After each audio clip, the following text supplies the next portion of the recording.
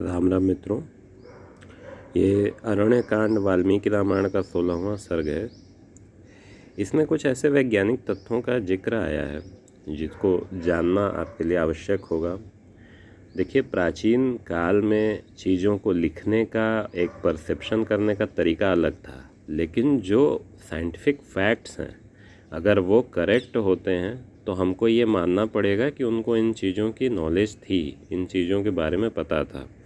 और आप स्वयं देखिए, श्लोक संख्या 8 देखिए। यहाँ पर भरत जी, यहाँ पे लक्ष्मण जी श्री राम से हेमंत ऋतु का वर्णन कर रहे हैं। श्लोक संख्या 8 में ये कहते हैं, सेव माने दृढ़म सूर्य दिशमंतकर सेविताम। तो कहने का मतलब ये है कि सूर्य देव इन दिनों यम सेवित दक्षिण दिशा का दृढ़तापूर्वक सेवन करने लगे हैं। अब यहाँ ये एक काव्य है। पहली बात तो ये है कि कोई भी काव्य कविता में एक कविता की तरह से लिखा जाता है तथ्यों को। तो यहाँ ध्यान दीजिए कि इनको ये पता था कि जब उत्तरी गोलार्ध माने पृथ्वी 2 गोलार्धों में बटी हुई है, जब उत्तर में शीत ऋतु होगी उस समय दक्षिण में ग्रीष्म ऋतु होगी, ये पता था। और ये बैठे बैठे कोई किसी को अपने आश्रम में तो पता नहीं होगा। यानी कि प्राचीन काल में जिन बातों का जिक्र आता है कि कोई यहाँ गया, कोई वहाँ गया, पूरी पृथ्वी की प्रदक्षिणा की, तो वास्तव में ऐसी चीज़ें हुई। वास्तव में उन लोगों ने यात्राएं की, उन लोगों ने एक्सप्लोरेशंस किए थे। केवल वो काव्य की तरह से लिखा गया, संस्कृत भाषा में लिखा गया, यह कह के आप उनको बिल्कुल खारिज नहीं कर सकते हैं। देखिए, इसलिए उत्तर दिशा सिंदूर बिंदु से वंचित हुई नारी की भांति सुशोभित या प्रकाशित नहीं हो रही है। ये श्लोक संख्या 8 में है। श्लोक संख्या ये 9 देखिए कि हिमालय में वैसे भी देखिए, प्रकृत्या हिमकोशाढ्यो दूर सूर्यस्य सांप्रतम। ठीक है, यहाँ दूर सूर्यस्य माने सूर्य दूर हो गए हैं, ये चीज़ कहा जा रहा है। तो सूर्य देव के दूर होने से सूर्य दक्षिणायन में माने सूर्य से दूरी बढ़ गई हिमालय की। ये जाड़े की ऋतु, हेमंत ऋतु की बात हो रही है, जो कि प्रबल जाड़े की ऋतु होती है। अब यहाँ देखिए, दक्षिणायन में जाने के कारण उससे दूर हो गए हैं, अतः उसमें हिम का संचय अधिक हो रहा है। यानी इनको हिमालय के बारे में भी पता था, उसको भी एक्सप्लोर कर चुके थे, ज्योग्राफिकली देख चुके थे, ऋतुओं का अध्ययन कर चुके थे। अब अच्छा, जो दक्षिण दिशा, श्लोक संख्या 8 पुनः देखिए, यम सेवित दक्षिण दिशा। तो इसमें एक और तथ्य पर आप प्रकाश डालना चाहूँगा, मैं आपका ध्यान आकृष्ट करना चाहूँगा कि दक्षिण दिशा को हमेशा यम की दिशा कहा जाता है। उसका कारण यह है कि अगर भारत, जो हमारी भारत भूमि है, इससे हम सीधे दक्षिण में चलें तो बहुत ही कम स्थल आएंगे। ऑस्ट्रेलिया है तो वो थोड़ा हट कर है, अगर हम सीधे जाते हैं तो समुद्र ही समुद्र है, उसके बाद अंटार्कटिका पड़ता है। और जो महासागर हैं उनमें दक्षिणी गोलार्ध में क्या है कि जल बहुत ज़्यादा है, तो उनमें हवाएं बहुत भीषण चला करती हैं।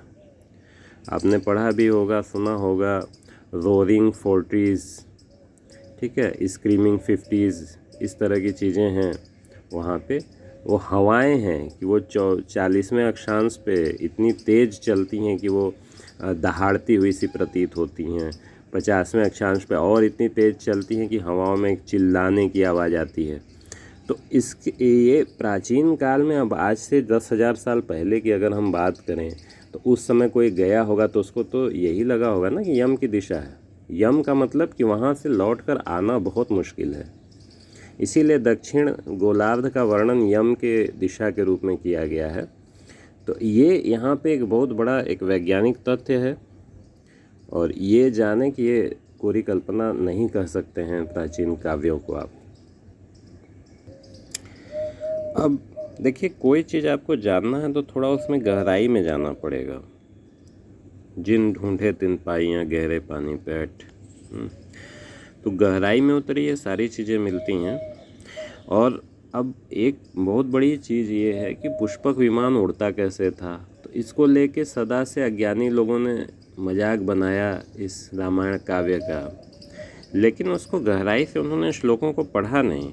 यहाँ तक कि ये जो मेरे पास इसके हिंदी वर्जन मतलब संस्कृत के साथ हिंदी अनुवाद दिया हुआ है, हिंदी टीका, इसमें भी सही से इन लोगों ने इसको वैज्ञानिक तथ्यों को नहीं समझा। अब आप श्लोक संख्या 6 देखिए। कामगम रथम अवस्थाय कांचनम रत्नभूषितम पिशाच वदनैर्युक्त खरैः कनकभूषणैः। खरैः का मतलब क्या है? यहाँ इन्होंने सीधा सीधा इसका एक अर्थ लिया कि खर मतलब गधा होता है, तो इसमें सोने के आभूषणों से युक्त गधे थे जिनका मुंह पिशाच के समान था। लेकिन मैं आप इससे पहले कि आप किसी सतही निष्कर्ष पे पहुँचें, ये जान लीजिए कि खर शब्द के कई अर्थ होते हैं और काव्य में वही रखा जाता है जो उसके मतलब जो श्लोक में या उसके छंद में सही से आ जाए। तो खर शब्द के क्या क्या अर्थ हैं? खर का एक सीधा अर्थ होता है गधा, दूसरा अर्थ होता है तीक्ष्ण, तीसरा अर्थ होता है कड़ा माने कठोर कोई चीज़, चौथा अर्थ होता है खरपतवार के सेंस में, और पांचवा और जो यहाँ पर लगने वाला अर्थ है वो यज्ञ की वेदी रखने की जगह। अब देखिए, यज्ञ की वेदी आप जहाँ रखते हैं वहाँ से धुआं उठता है। तो यहाँ पर अब जिसने भी ये काव्य लिखा, वाल्मीकि जी ने लिखा था, तो उन्होंने एक काव्य की तरह से लिखा है। अब उनका उद्देश्य ये भी नहीं था कि वो साइंटिफिकली डिटेल बताएं कि उसका किस तरह से उड़ता था। हो सकता है वो तकनीक केवल रावण के पास रही हो, और जो टेक्नोलॉजी से वो उड़ता था वो रावण के पास वो तकनीक रही हो, और मैन्युफैक्चर तो वो कुबेर ने किया था, कुबेर से छीना था। तो अब ये एक ऋषि हो सकता है उतना उसकी बारीकियां ना समझ पाए, तो उन्होंने ये लिखा कि वो उसका जो वेंट था, मतलब जहाँ से उसका धुआं निकलता था, वो सुनहरे रंग का था। बहुत सारे सुनहरे रंग के वैसे थे जिससे उसका धुआं निकलता था। अगला श्लोक पढ़िए। वो पिशाच के समान लगते थे। देखिए, पिशाच आज भी मतलब अभी जब भारत में ट्रेन आई तो उस समय लोग ट्रेन के इंजन को देख के भागते थे, उनको लगता था कि कोई पिशाच आ रहा है धुआं उगलता हुआ। तो इसलिए पिशाच अगर कहा जा रहा है, पिशाच का मुख, तो वो आश्चर्य की बात नहीं है। अब आगे देखिए, श्लोक संख्या 7।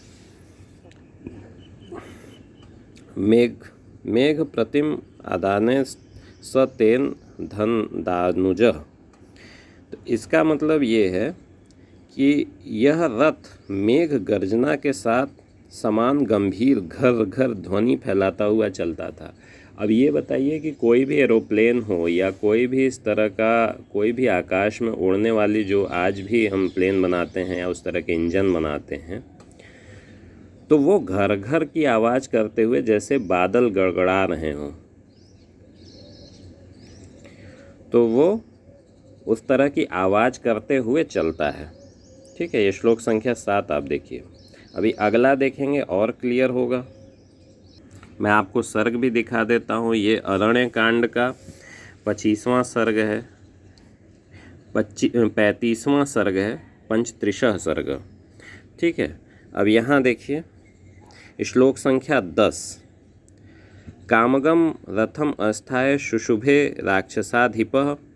कामगम मतलब इच्छा अनुसार चलने वाला। तो इच्छा अनुसार चलने का मतलब ये नहीं कि उसने बस इच्छा की और वो चल दिया।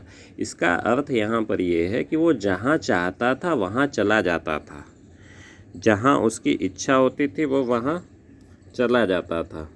इच्छा अनुसार का मतलब ये है। दूसरी बात कि विद्युन्मंडलवान मेघः सबलाक इवांबरे, यानी राक्षस राज रावण आकाश में विद्युन्मंडल से घिरे हुए तथा वक् पंक्तियों से सुशोभित मेघ के भांति शोभा पा रहा था। अब देखिए यहाँ पे जो उपमा दी गई है, विद्युन्मंडल से घिरा हुआ मेघ, ऐसा मेघ जिसके चारों तरफ बिजली चमक रही हो, और वक् पंक्तियों से सुशोभित। जहाँ वक् क्या होता है? वक् यानी बगुला होता है। बगुला बिल्कुल सफ़ेद होता है, बादल बिल्कुल काला होता है। अगर कोई ऐसा बादल का टुकड़ा हो आकाश में हम देखें कि जिसके चारों तरफ बगुले की पंक्तियां हों और बिजली चमक रही हो, तो देखिए एक रथ है।